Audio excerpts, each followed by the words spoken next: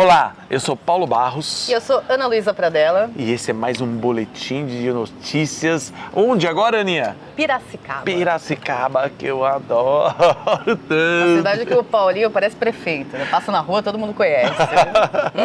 Eu vivi aqui um tempo, fiz faculdade aqui, né? Então conheço Maravilha. muita gente até hoje, né? Até hoje. E estamos nesse local que parece Cenografia. chroma key, né? Parece que a gente está no chroma key, mas não é. Realmente estamos na Rua do Porto, em Piracicaba. Vou te falar, viu? Parece que a gente tá tipo à beira-mar aqui. Fomos recebidos aqui pelo pessoal do Porto da Praia, que é que nos trouxe essa salada cenográfica. É na verdade. salada super cenográfica, gente. Ó, deliciosa essa cenografia. Nem tanto, né? Uma cenourinha. Vamos lá para as notícias, né? Vamos para o nosso primeiro bloco com notícias de interesse do setor cultural. Nacional, vamos lá. Bom, o Fórum Nacional dos Secretários e Dirigentes Estaduais de Cultura elaboraram uma carta para os novos candidatos, né? Agora que esse ano que é um ano de eleição. Eles elaboraram a carta, chama Carta do Amazonas.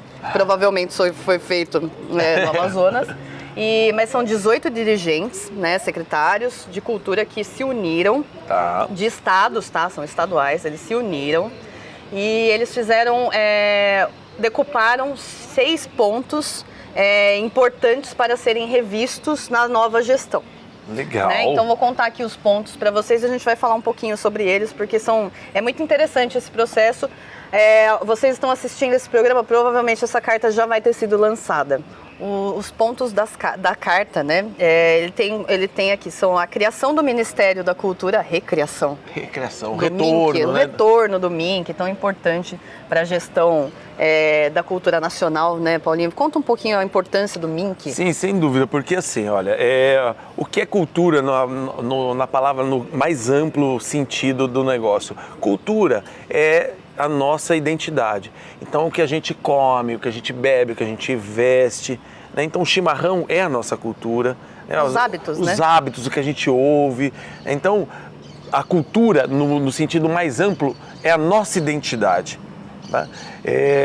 Quando você tira um Ministério da Cultura, você destrói a nossa identidade. Precisa ter um órgão regulador. E não basta ser uma secretaria. Tá? Precisamos... Especial alocada dentro da Secretaria do Turismo. Dentro da pasta de turismo, sem dúvida. Até o nosso turismo faz parte da nossa cultura. Então, temos que ter nosso Ministério do Turismo, mas também temos que ter nosso Ministério da Cultura. Né? Existe uma grande confusão quando se fala de cultura. Normalmente as pessoas falam da cultura arte, como se fosse a arte. O produto, né? artístico. O produto artístico. A arte, sim, também faz parte da cultura. Ela está inserida na nossa cultura. Né? Por isso que é importante o retorno do Ministério. Vamos lá, ampliação do orçamento. Sim. Né? Que a gente fala do PIB, né, Paulinho? Claro, isso é uma outra coisa que a gente vem falando há muito tempo. Em 2019, a cultura ela foi responsável por 2,6% do PIB nacional. Parece pouco, mas não é. Nós, do setor cultural, nós geramos 2,6% de todo o PIB do país inteiro. Só que quando se vê o que é investido na cultura, e isso tanto nos municípios quanto nos estados, tanto quanto no governo federal, ou seja, nas 3 instâncias, né, de poder, é muito pouco. Você vê normalmente 0,2, 0,4 e olhe lá, e olhe lá. Às vezes é 0,0 alguma coisa, dependendo do município. Exatamente. Então assim, se nós geramos 2,6% do PIB, por que investir tão pouco na cultura? Tem que se investir muito mais, porque inclusive podemos dobrar ou triplicar, né, o que nós já geramos de recursos. Exatamente. Outro ponto aqui importante é a revisão do Plano Nacional de Cultura. Então consiste na gente planejar melhor, né, o futuro do investimento do país e o futuro do desenvolvimento cultural a longo prazo, e precisa ser revisto realmente porque a gente mudou demais, né? Mudou. Se a forma de fazer mudou, nós temos que também revisar então como a gente vai trabalhar daqui para frente. Tivemos um formato totalmente digital durante um período da pandemia, né? E agora, retornando desse estado pandêmico, nós tivemos aí o retorno das ações presenciais, só que ainda continuam sendo feitas coisas online. É híbrido. É híbrido. Isso é uma forma que veio para ficar. Veio para ficar. Então, como que a gente vai trabalhar daqui para frente? É uma reivindicação muito importante. É até interessante pensar em como regulamentar, né, os próprios meios de comunicação, né, os canais internacionais que a gente aloca, inclusive, esse programa dentro do YouTube, né, como que isso vai funcionar dentro do Sistema Nacional. Isso tudo, né? Implementação do Sistema Nacional da área cultural, que é a gente ter informações o suficiente para a gente poder ter o desenvolvimento, saber o que é o setor cultural, né? Sem organização, sem estruturação, sem dados, a gente não consegue caminhar, né? Mas vamos pensar, se você mora numa casa que você não conhece os cômodos, como que você vai gerenciar isso daí? Né? Se você mora numa casa... Você não sabe quantas pessoas moram nessa casa, como é que você vai falar, olha, o quanto que eu preciso comprar de alimento, de comida, para que todos... possam se alimentar, possam dormir, ter o teto, pagar a luz. Quantas camas eu preciso comprar? Exatamente. Então, a gente equipar a casa. Exatamente. É uma forma da gente entender o que acontece hoje. Como que um gestor consegue direcionar os recursos de maneira racional, sábia, sem ele saber como que está o setor hoje. Então a gente precisa criar essa estrutura, a gente precisa ter conhecimento do que é o setor cultural hoje, né? De como esses profissionais desenvolvem os seus projetos. Tem muito a ser feito. Esse foi um ponto fraco da Lei Aldir Blanc, né? Da implementação da Lei Aldir Blanc. A gente percebeu isso na Lei Aldir Blanc, que foi uma lei, né, emergencial. Já falamos várias vezes, né, sobre essa lei, e que distribuiu recursos de maneira mais democrática que já teve até hoje. Na história do país. Na história do país. Mas existe muito a ser feito, porque muitos municípios devolveram o recurso porque não sabiam como distribuir esses recursos. E eu vou já puxar o gancho, porque já é o último ponto da carta. O último ponto da carta é o marco regulatório do fomento, descentralização do financiamento cultural, que é o quê? A gente não deixar o dinheiro simplesmente no governo, dentro do governo federal, na gestão do governo federal. Isso é como foi o processo da Lei Aldir Blanc, a gente descentralizar o financiamento para governos de estado. A gestão municipal. Exatamente, porque a cultura acontece aonde? Nos municípios. Sim, né? Claro. Então a gente tendo a descentralização financeira do governo federal, passando isso para estados e municípios, a gente consegue ter uma maior amplificação do repasse desse financiamento e com isso um maior desenvolvimento da base do setor cultural, com desenvolvimentos de trabalhos, novos produtores, novos agentes culturais, e a gente consegue trazer inclusive mais educação e formalização. Profissionalização, né? Profissionalização, que é a mesma história, a mesma metáfora. É muito mais fácil um gestor municipal, ele tem contato, às vezes direto, com todos esses profissionais do setor, né? E isso não vai acontecer com o cidadão que está lá em Brasília. Ele não sabe o que está acontecendo muitas vezes aqui em Piracicaba, né? Agora, já o gestor de Piracicaba, ele tem muito mais condições de ter esse conhecimento que a gente está falando.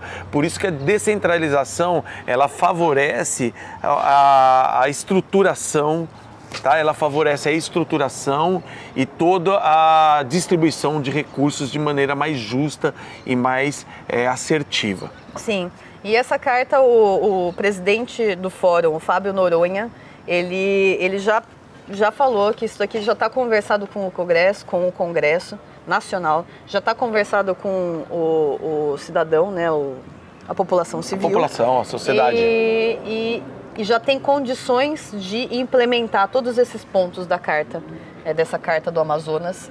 Então, assim, os novos gestores, né, quem tiver aí pleiteando, né, ou a presidência da República ou o governo de estado, Sim. vai ter essa carta aí como premissa para o desenvolvimento cultural a partir do ano que vem. Sim, então espere um pouquinho que eu vou fazer aqui um pedido. Você que vai entrar na próxima eleição, analise bem essa carta, leve em consideração, porque é muito importante para o setor cultural o desenvolvimento de todos esses pontos. E é isso, né? E é isso, e vamos para o segundo bloco já, daqui 15, 30 segundos, com informações dessa cidade, Piracicaba.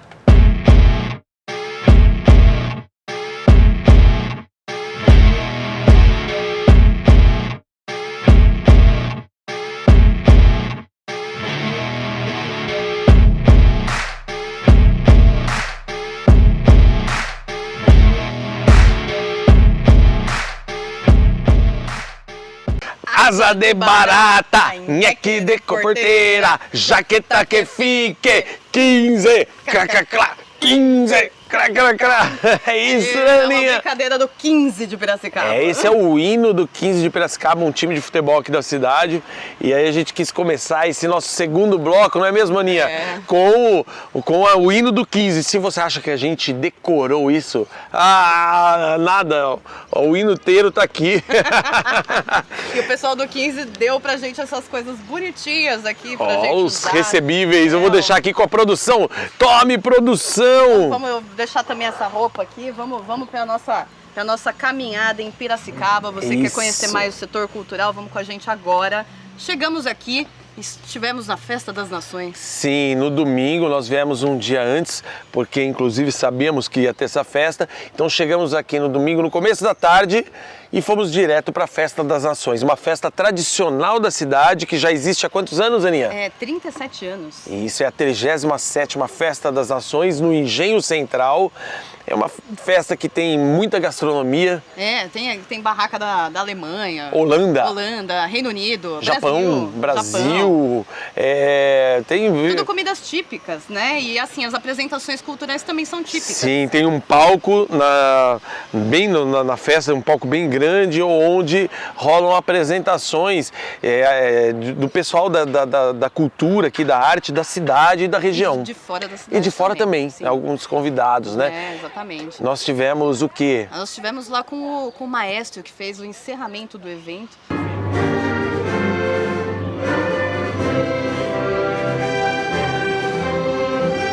Eu sou o maestro Ivan Bueno, eu tenho a honra e o prazer de liderar essa orquestra com quase 80 componentes que tem transformado vidas e transformado as pessoas a cada dia.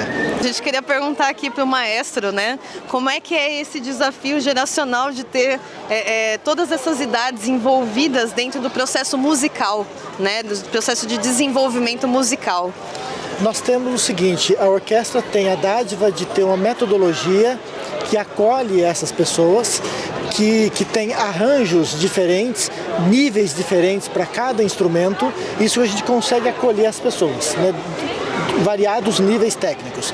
Mas, por um outro lado, não há nenhuma dificuldade de ter o seu Dorival com 78 e ter o Enzo e o César com 10, porque a música, ela ultrapassa essas classificações terrenas que a gente faz, ela toca a vida das pessoas através do som, e certamente tanto o Dorival quanto o César têm experiências para que eles trocam a experiência e com isso enriquece a nossa cultura e a nossa música. Na segunda-feira já tivemos encontro com o secretário da Cultura, o senhor... Professor Adolfo Queiroz. A gente fez coisas legais, fizemos ações no Bosque do Lenheiro, no Itapuã, fizemos lá nesses centros culturais várias coisas, no bairro do Monte Alegre, né? Estamos com uma parceria também com a Secretaria da Educação. Ela tem 12 centros de tecnologia, né? Em vários bairros, próximo de escolas, essa coisa toda, né? Então nós vamos fazer um mix lá com eles, com o Museu Prudente de Moraes, com exposições, com a biblioteca fazendo palestras, divulgando livros, com o Museu da Imagem e do Som divulgando filmes. Então, para além dos nossos 12 centros culturais, essa aliança, essa parceria com a rede pública municipal. Com a rede pública estadual, nós estamos fazendo um programa de visitas das escolas estaduais aqui ao Teatro Euripides de Campos, e nós temos contratado violeiros que cantam cururu, mostrando como é que é o cururu para essa moçada. O professor Maurício Scarpari faz uma palestra teórica sobre o sentido, né, dessa música. Os violeiros cantam e as crianças ouvem, começam a ter contato. Nós já recebemos 12 escolas estaduais, né, agora em 2022, para ouvirem, interagirem, né? E dessas reuniões que temos feito aqui surge naturalmente conversa em sala de aula, redação, desenho, essa coisa toda. Próximo local. Próximo local. Voltando pro Engenho Central. O Engenho Central nós A gente tivemos esteve no Teatro Erotides de Campos. Erotides de Campo.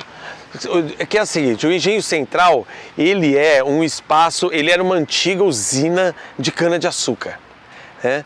Então, ali, isso é coisa de 100, 120 anos atrás, era uma usina, uma construção inglesa, do final do século XIX, começo do século XX, é uma construção inglesa onde funcionava a usina de cana-de-açúcar.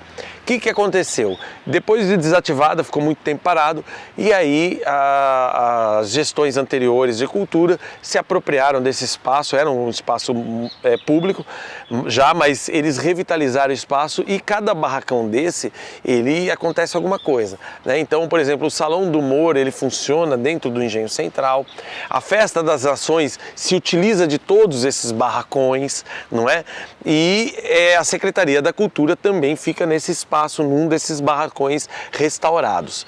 E fizeram também um teatro, e é um teatro muito peculiar, né? Porque o fundo do palco, ele se abre, então você tem a parte externa que pode acomodar público para assistir de um outro lado, né? Como é feito lá no Ibirapuera, né? Lá no Ibirapuera, exatamente.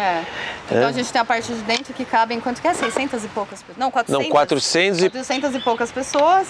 E a parte externa aí, o público é bem maior, né? E eles fazem ali apresentações musicais, teatrais, de dança. Sim. Então é um espaço muito interessante. Muito interessante. E está aberto para programação. Você que é artista, quer mandar o seu espetáculo, produtores, fiquem espertos que a programação está aberta. Onde mais, Aninha? Tivemos no Museu Histórico e Pedagógico Prudente de Moraes. Sim, que fica no centro da cidade. Isso, lugar maravilhoso. Perto da Praça José Bonifácio, para quem vier para cá.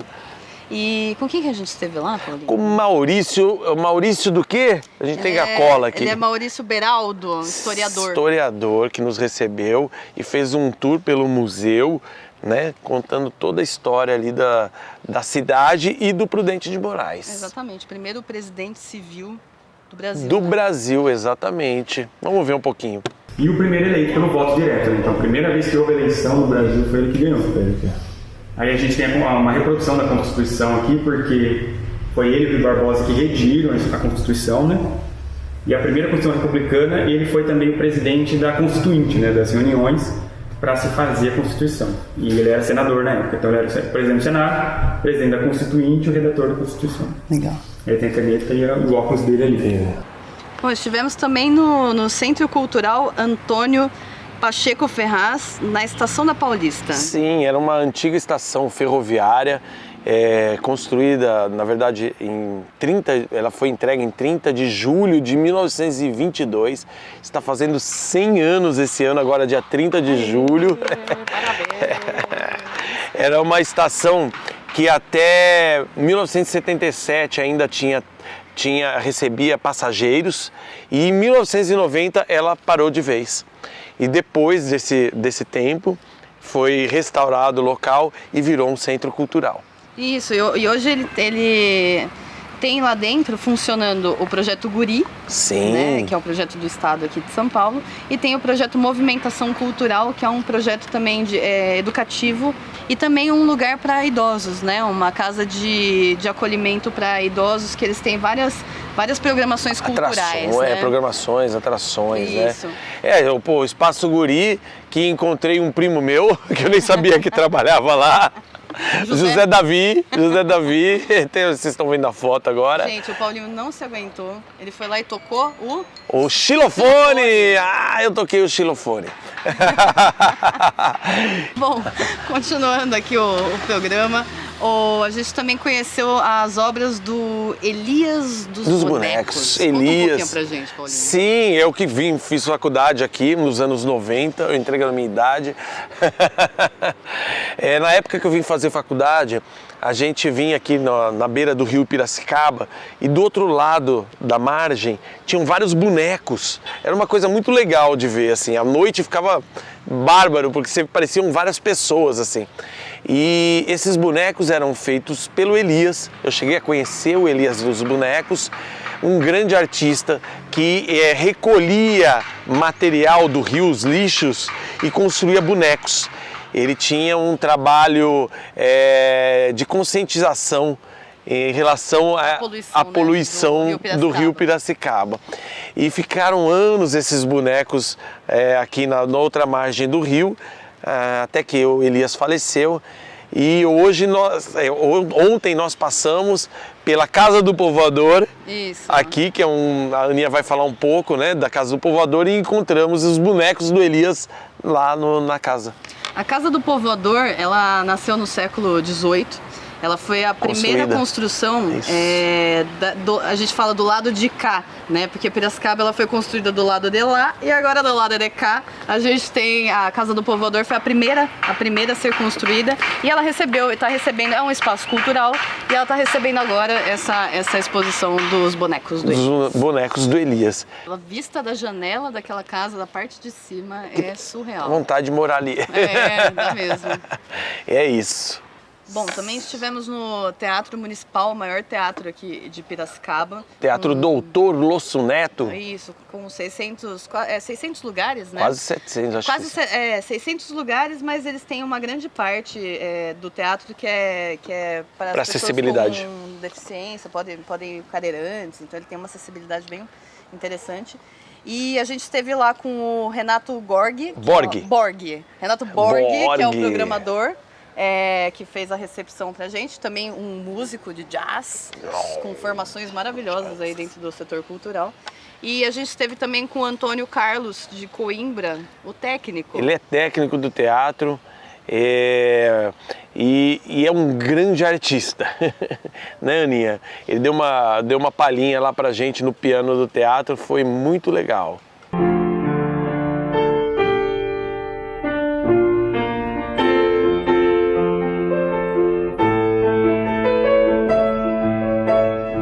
Calor aqui em Pira, né? Tem que tomar bastante água. 15 agradece. Cará. Vamos lá.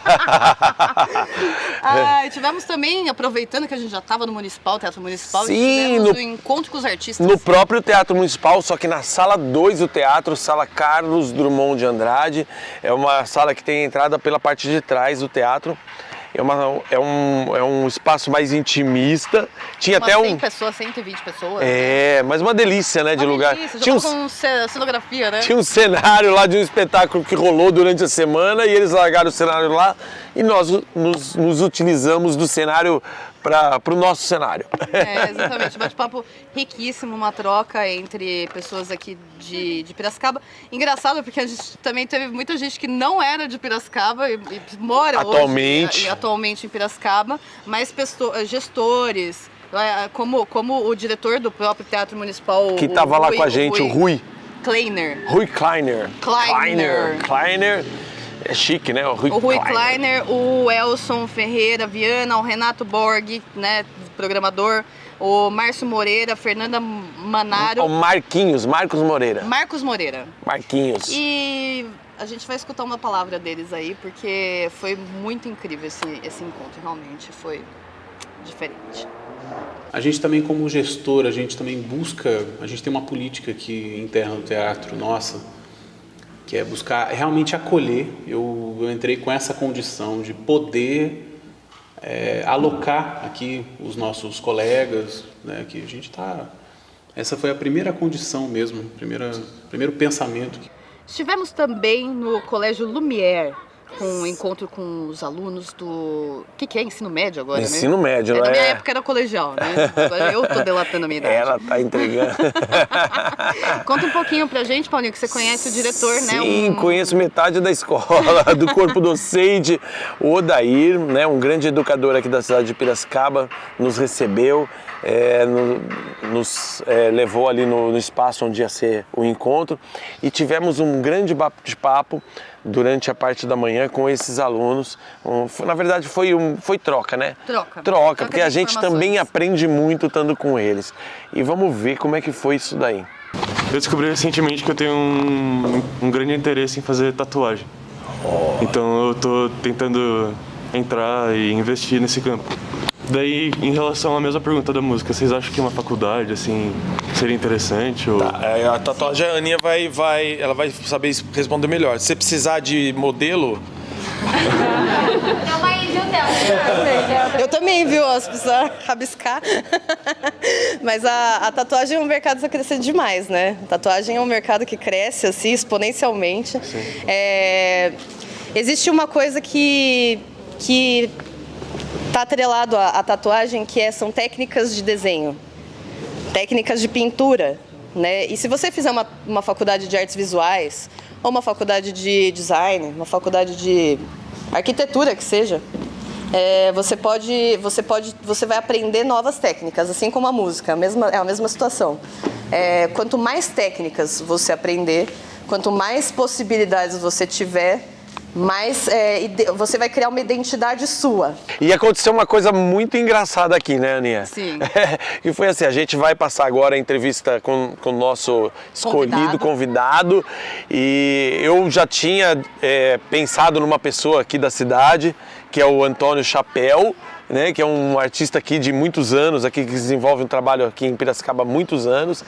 E nós temos uma pessoa que vem nos ajudando, né, Aninha? Nosso correspondente do estado de São Paulo. A gente não pode deixar de falar sobre ele, que é o Binho Riani Perinotto. Ele é poeta, consultor, gestor cultural, pedagogo da Unesp, pós-graduado, especialista em cultura, plano de ação pela ECA.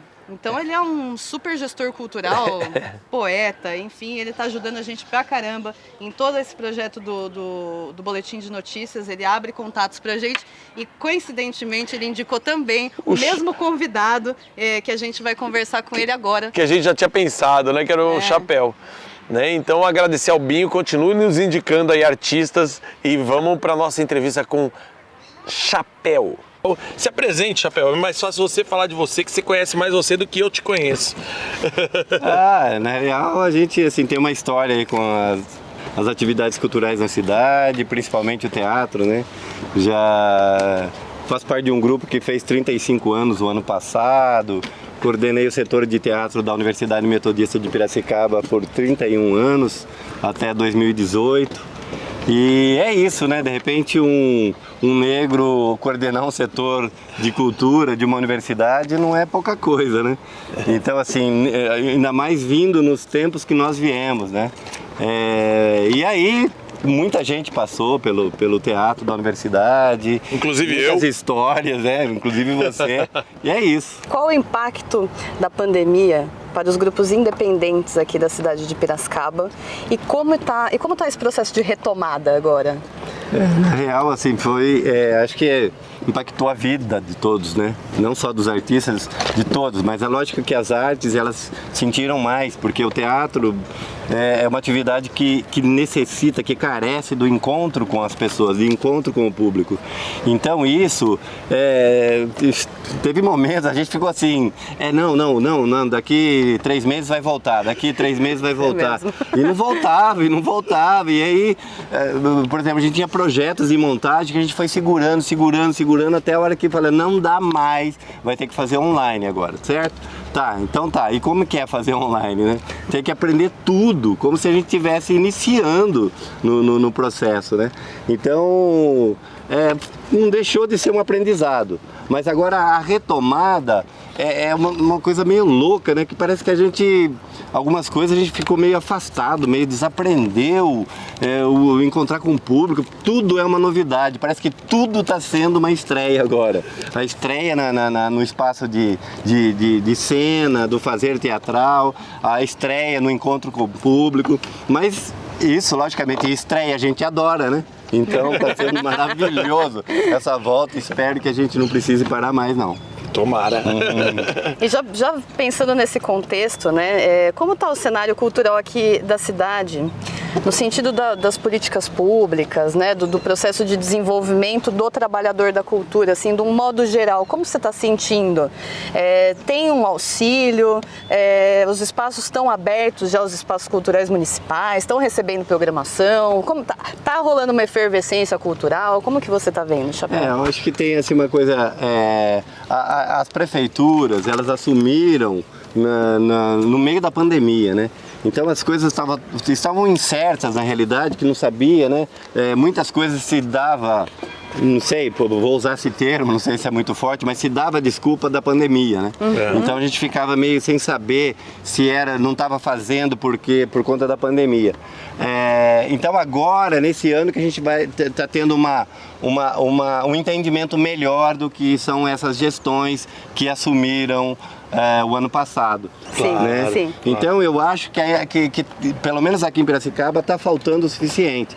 E alguns processos não estão sendo tratados de uma forma que a gente acha que é a melhor forma, que é o diálogo, né? Por exemplo, o Conselho de Cultura nesse momento tá parado. Então, quer dizer, se você retira a forma de diálogo, a forma de troca, de conversa, é muito mais difícil você projetar ou avançar nas atividades, né? Porque falta uma parte. Falta uma parte do entendimento. E aí a gente está enfrentando esse momento, essa batalha, né? De conseguir mais espaço para o diálogo e para a gente apresentar as nossas propostas e aí a gente discutir essas propostas. No sentido que nem todas vão ser atendidas, mas pelo menos uma parte. E aí no diálogo a gente tem condições de avançar. Então, se eu for resumir agora, está faltando um pouquinho de diálogo. E agora vamos aproveitar que essa vista aqui, contemplar aqui o Rio Piracicaba e a gente está indo para o nosso final. Como que pode conhecer o seu espaço, ou está aberto para programação, Sim. E esses outros movimentos também, como que eles estão atuando agora e deixar seus contatos. Legal. Nós temos aí em Piracicaba o Ponto de Cultura Garapa, que já tem 11 anos de programação, de atendimento dos artistas, não só de Piracicaba, muita gente de coletivos de outros lugares, outras cidades procuram o Garapa, principalmente nesses momentos de PROAC, né, que todo artista conhece. Então todo mundo, ei, Chapéu, uma carta aí. Dá pra apresentar aí? Além de dar carta, a gente fala assim, viu, nós costumamos dar sorte, hein? Então as pessoas que quiserem carta do Ponto de Cultura Garapa, tem sorte depois na hora da premiação. Então, olha, ouça isso. E a gente ocupa esse espaço na cidade, na real, né? E é importante para nós, né? Importante para o espaço, importante para a cidade. A gente fazer esse intercâmbio, trazer outros pensamentos. Agora mesmo acabou de acontecer o Fligsp aqui em Piracicaba, um encontro potente que reuniu mais de 40 cidades, mais de 80 artistas representando os vários coletivos, né? E eu faço parte do Fligsp também, faço parte do Movimento Liberdade aqui em Piracicaba, Associação Piracicabana de Teatro, Frente das Culturas de Piracicaba, enfim, é movimento que não acaba, né? E o contato, Chapéu? Qual é o contato de vocês lá? Olha, no Espaço Garapa? @.artegarapa, você vai encontrar no Instagram, no Facebook, e telefone 1933 772001. É isso, e .artegarapa@gmail.com. Legal demais, e é isso, essa foi nossa entrevista com o Chapéu, né, uma figura aqui da cidade conhecidíssima, que fomenta a cultura em Piracicaba já há anos, um grande amigo, e eu te agradeço de você poder estar aqui com a gente, né? Maravilha. Valeu. É isso aí. É isso aí, gente. Olha, o grande representante da cultura aqui de Piracicaba e mais um dos trabalhadores da cultura do Brasil. E é isso, estamos chegando no final do nosso programa de Piracicaba. E se você estava esperando a pamonha, ela não veio, né, Aninha? Nós não achamos a pamonha de Piracicaba. Pamonhas de Piracicaba. Não achamos a pamonha de Piracicaba, não é mesmo? E agora você pode também deixar aí o seu like, né, Aninha? Se inscreva no canal, acione o sininho, deixa um comentário pra gente, é muito importante a gente saber o que você tá achando desse programa. E acompanhe nas redes as próximas cidades. Acompanhe também o Tira Dúvidas, tá rolando PROAC aí, editais, e o pessoal tá fazendo assistência aqui no nosso canal do YouTube, então aproveite toda a programação do Som 1 de 11 milhões. E como se diz aqui em Piracicaba, o piracicabanês, já que tá que fique. Falou! Nossa, isso daí é um... Gente, uma pausa dramática. Porque o quê? Piracicaba não é só pamonha. Não! Piracicaba é cuscuz também. Vem aqui ao nosso lado. Vem aqui ao nosso lado do pessoal do Porto da Praia que atendeu a gente tão bem aqui. Qual que é o seu nome? Ítalo. Ítalo, que está nos servindo aqui. Depois que acabar o programa, vamos comer peixe pra caramba, que nem a Aninha.